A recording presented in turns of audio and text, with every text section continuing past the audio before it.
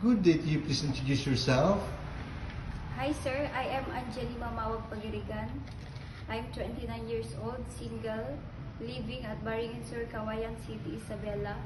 I have 5 sisters and 1 brother.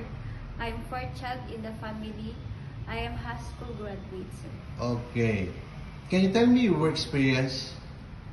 Yes sir, I have work experience here in the Philippines in 5 persons, ages with 2 years old and 1 month old, sir.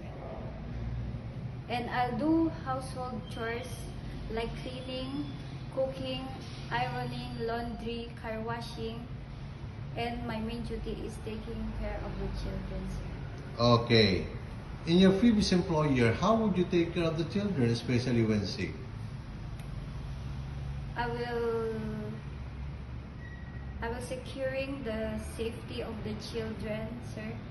And when the baby is sick, I will check the temperature, and if the baby is sick, I will call my employer, sir. Okay. How would you describe yourself? I am hardworking and honest and responsible, sir. Okay. Do you have any tattoo? No, sir. Do you have surgery or serious sickness before? No, sir. Do you have an allergy to certain food? No, sir. Do you smoke and drink alcohol? No, sir. Why do you want to work abroad?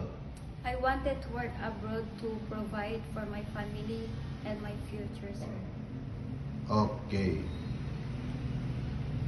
If you get hired, who will take care of your responsibilities at home? My eldest sister, sir. If you're homesick, what would you do? If you're homesick, what would you do?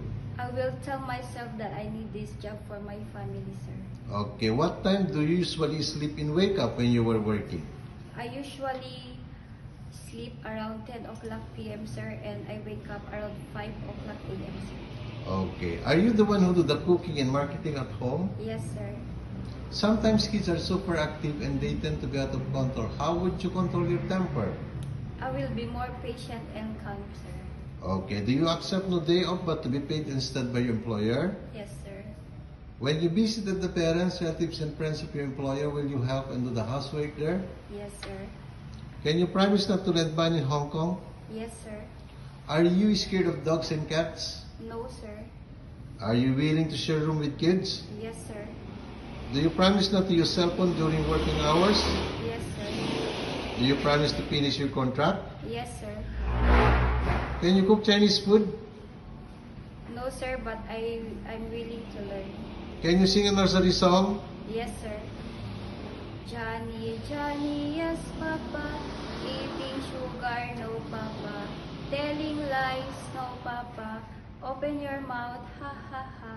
Okay, what is your message to your future employer? Good day, sir, ma'am. I hope you hired me as your helper.